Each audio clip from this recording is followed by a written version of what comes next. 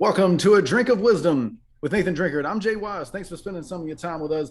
As a reminder to all our great listeners, we are working live at the Anchor app. That's where we host it on. And we got Apple Podcasts, we got Spotify and Google Podcasts, and we got several others, if I'm not so mistaken. And we're up on the YouTube channel. The Drink of Wisdom channel is live and rolling. If you're looking for us in a video format, catch us on all those locations if you would.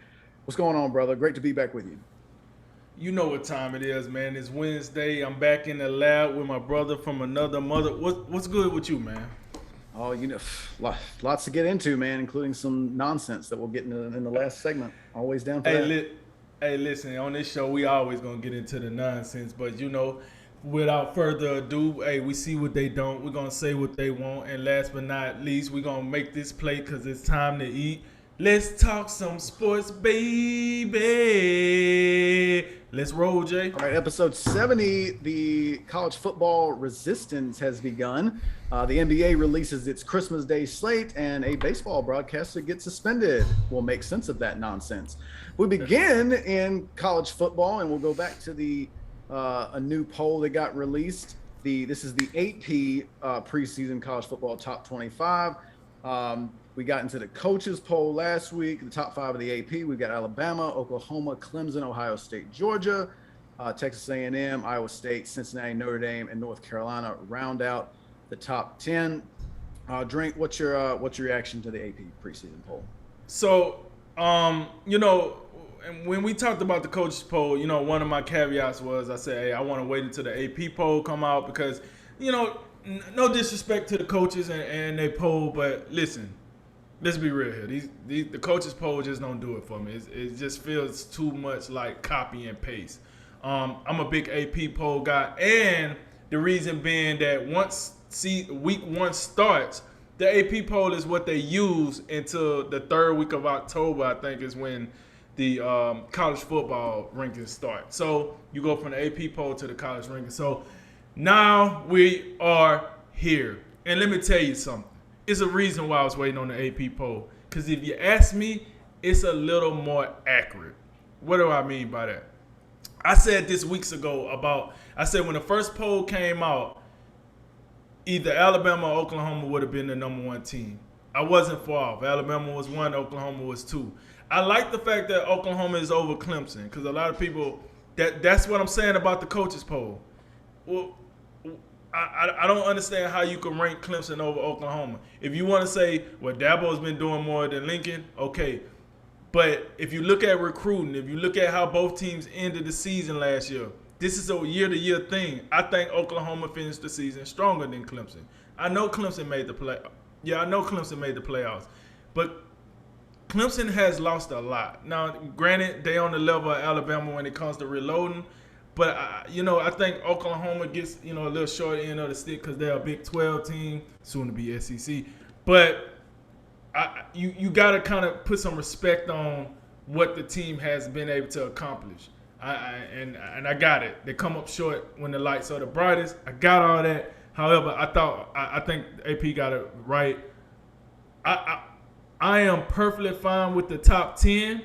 I like what they did with Cincinnati. Cincinnati is a team that we've been talking about. I think Cincinnati is better than a lot of Power 5 teams. I think them starting the season at number 8 shows that the AP, the media thinks the same thing, that they're a lot better than a lot of Power 5 teams. I like that. I respect that. Let's roll. And then, when you go from 11 to 25 for the most part, it's pretty similar to the coaches poll at 25. I'm gonna skip all the way to 25. I see they were showing some love to the Pac-12 at the end over there. Yo, Utah and Arizona State sliding in at 24 and 25 respectfully. But I would rather see Ole Miss, in there. But listen, it's week one. Half of the teams that's in the poll right now probably listen. Georgia play Oklahoma. Georgia play Clemson. Somebody got to lose. You know what I'm saying? Alabama play Miami. Somebody got to lose. So I think Ohio State plays. I forgot. It's another team. But my point about that is to say that the AP poll is a little more what I was thinking as far as where teams should be ranked. We'll get week 1 out the way, and then we'll see who was true and who was not. But let me tell you something that's disrespectful, and we hit on it a little bit before we got live. Listen, Coastal Carolina is number 22, and like I said with the coaches poll when we talked about it, a lot of these teams benefited from the COVID. No fans. Some teams got 3 weeks off. The other team got 1 week off. Et cetera, right? But Coastal Carolina now is ranked in both polls, which tells me that somebody believes in Coastal Carolina. It's some media people that believe in them. There's some coaches poll that believe in them. So with all that said, why in the hell is Coastal Carolina? Why do they got to play their first game on the app when they're ranked as one of the top 25 teams in the nation? It's 129 FBS teams. You can only rank 25 of them at a time. Coastal Carolina is one of those 25 teams, and you got them playing on the app. But I guarantee you, if I took my time to look at the schedule, it's somewhere where it's probably 8 games with 2 unranked teams that don't nobody care about that's playing on Fox or ESPN or Fox Sports 1 or SEC Network, Big Ten Network, et cetera. But you're going to make the number 22 team in the nation play on the app. I think that's kind of disrespectful, so I wanted to throw that out there. But not to drag this out, man, the poll is here, people. The poll is here. These are the rankings we got. I'm glad Miami number 14. So when we get ready to get into that action, you know what time it is in the first week. Roll Tide roll. But with that said, those was the little, hip pocket things I seen with the AP poll. I like it. I agree with it for the most part. Football is here. The floor is yours, Jay. I got to go to where you ended, I think, with Coastal Carolina, because if you're ranked in the top 25, it should almost be mandatory and a given that you're on a major network. I shouldn't have to subscribe or borrow your login information, to watch them. Can you imagine, like, if I'm a Coastal Carolina fan, I'm like, yes, we made the top 25, and then I check the schedule and like a week and like, God dog it, I gotta hit the plus for, and they just raised the price by another $1, I believe. Right, recently. So, right, right. that's that inflation. We won't talk about that. But outside of that's just something to poke fun at Coastal Carolina and ESPN. But right. Outside of that, Cincinnati stands out for me.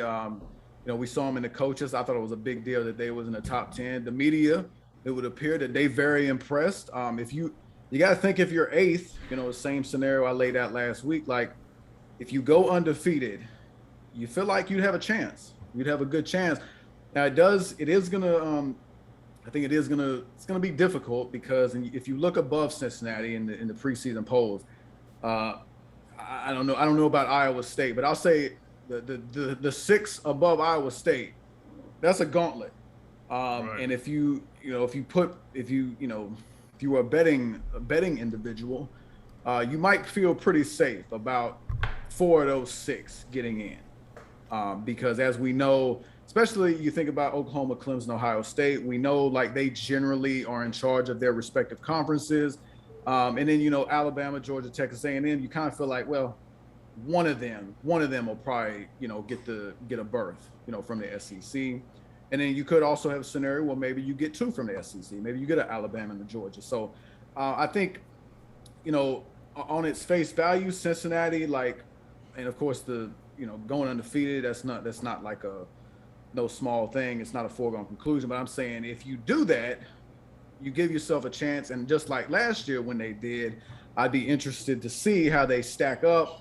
And they almost have a little UCF feel to them right now. I don't think they make quite as much noise as UCF did, but they ought to be respected. And I think it's something that we should probably. I haven't looked at their schedule yet, but what does their non-conference look like? Who do they play early that can kind of show us that they're for real? I think Cincinnati is probably the most interesting team to me in this entire poll. I do see that the Pac-12 got a little bit more love than maybe I thought they did.